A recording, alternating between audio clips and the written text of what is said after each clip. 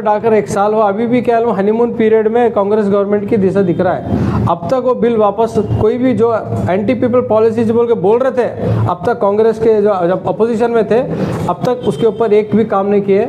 सिर्फ जो 3-4 जो गारंटी है, वो गारंटी के ऊपर 5 साल गुजारेंगे ऐसा दिख रहा है। कि जब अवाम ने मैंडेट दिया, इनको सरकार बनाने का इनको मौका दिया, तो सरकार की जिम्मेदारी है।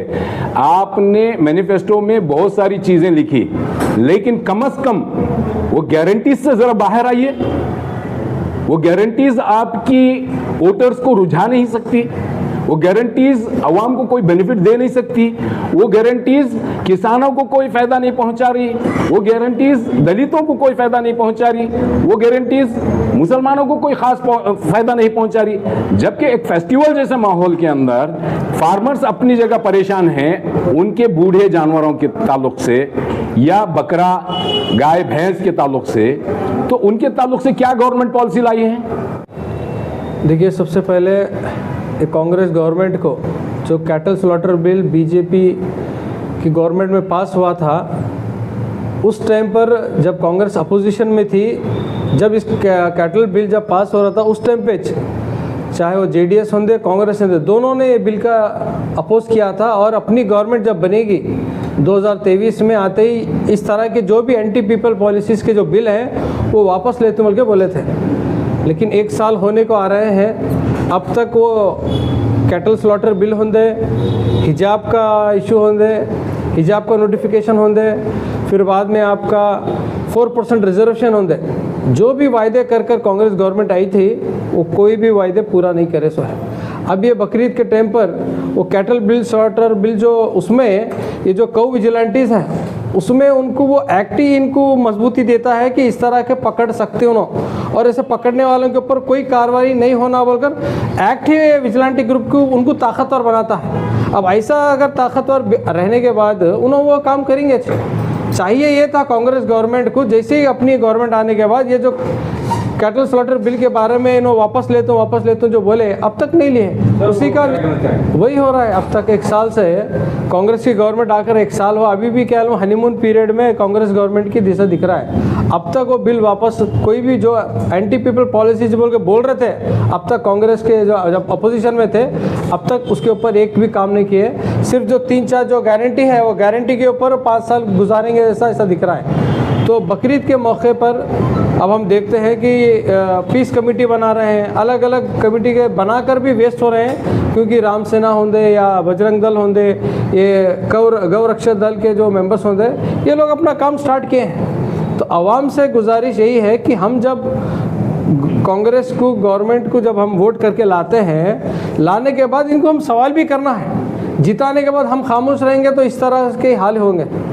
अब उनको कैटल स्लॉटर बिल का उनको प्रोविजन है, उनके पास विजिलेंटी ग्रुप्स के पास पूरे पावर्स होंगे, बस पकड़ने के, आपके बारे में उसको सवाल करने के, तो पूरे पावर्स इस्तेमाल कर रहे हैं। इवन पुलिस डिपार्टमेंट के भी हाथ बंधे सो हैं, क्योंकि बिल वैसा खतरनाक है, उतना पावरफुल बिल है, तो कोई कुछ नहीं कर सकता।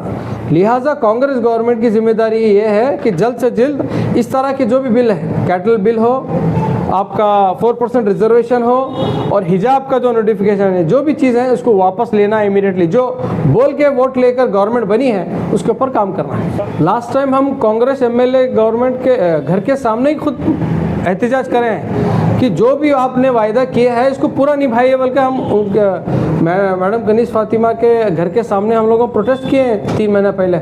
उसके बावजूद भी अब तक कोई भी उसके ऊपर काम नहीं हो रहा है। एंटी पीपल पॉलिसीज़ का जो बीजेपी गवर्नमेंट आइटम पे लाए थे, कुछ भी उसके ऊपर काम नहीं है, वही बरकरार रखकर वही खामोशी इख्तियार कर रहे हैं। तो कौम के जो उलेमाज हैं, जो मुस्लिम इंटेलेक्चुअल्स हैं, जो मस्जिद के ज़िम्मेदार हैं, जो कांग्रेस गवर्नमेंट को वोट डालो बोलकर जब आवाम को ज़मीनी सतह पे उतर के जो काम किए हैं, अब उनकी जिम्मेदारी है कि आप कांग्रेस के जो ज़िम्मेदार हैं, कांग्रेस के जो एमएलएज हैं, कांग्रेस के जो इंचार्ज मिनिस्टर हैं, उनको आप वापस उनको हाथ पकड़कर सवाल करना है कि हम आपको एक जिम्मेदारी के साथ वोट डाले हैं, आप उस वोट के तहत हमारे जो एंटी पीपल पॉलिसीज़ हैं उसको वापस लेना है।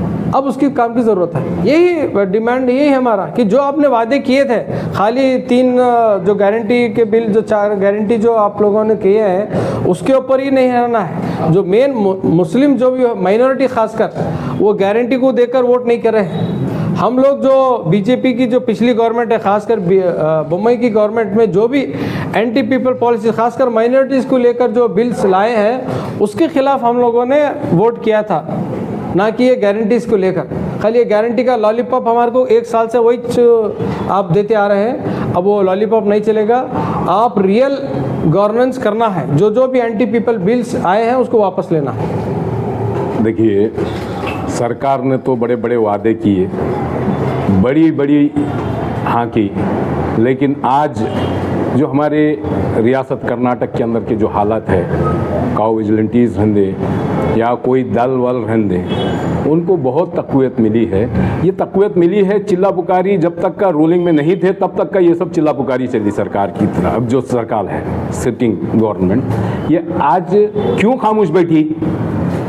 क्या इनको अवाम के बारे में या जो लोगों ने मैंडेट दिया है इनको कि शांति भंग हो रही है, कर्नाटक राज्य के अंदर जिस तरह का माहौल बना करके रखा गया था, क्या इस तरह के माहौल से क्या ये कर्नाटक को ऊपर लाया जा सकता? ये सोच करके जब अवाम ने मैंडेट दिया, इनको सरकार बनाने का इनको मौका दिया, तो सरकार की जिम्मेदारी है।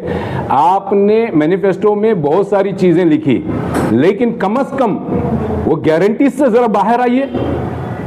वो गारंटीज आपकी वोटर्स को रुझा नहीं सकती, वो गारंटीज अवाम को कोई बेनिफिट दे नहीं सकती, वो गारंटीज किसानों को कोई फायदा नहीं पहुंचा रही, वो गारंटीज दलितों को कोई फायदा नहीं पहुंचा रही, वो गारंटीज मुसलमानों को कोई खास फायदा नहीं पहुंचा रही। जबकि एक फेस्टिवल जैसे माहौल के अंदर फार्मर्स अपनी जगह परेशान हैं, उनके बूढ़े जानवरों के ताल्लुक से या बकरा गाय भैंस के ताल्लुक से, तो उनके ताल्लुक से क्या गवर्नमेंट पॉलिसी लाई है?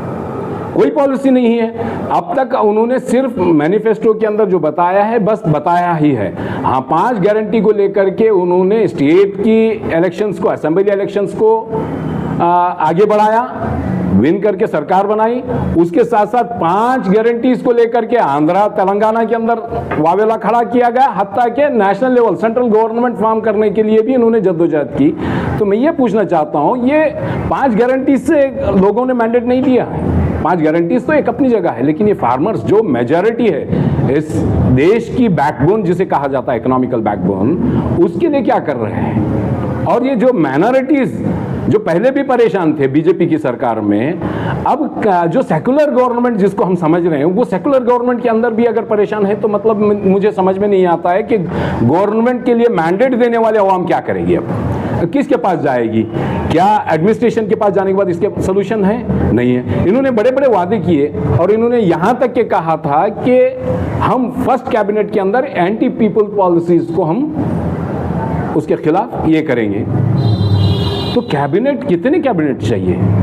कब तक का ये चलेगा? मैं बिलखुसूस कर्नाटक सरकार, सिद्धरामैया सरकार से मैं मुतालबा करता हूँ कि जो आपने वादे किए थे मैनिफेस्टो के अंदर, उसको आज तक आपने पूरा नहीं किया।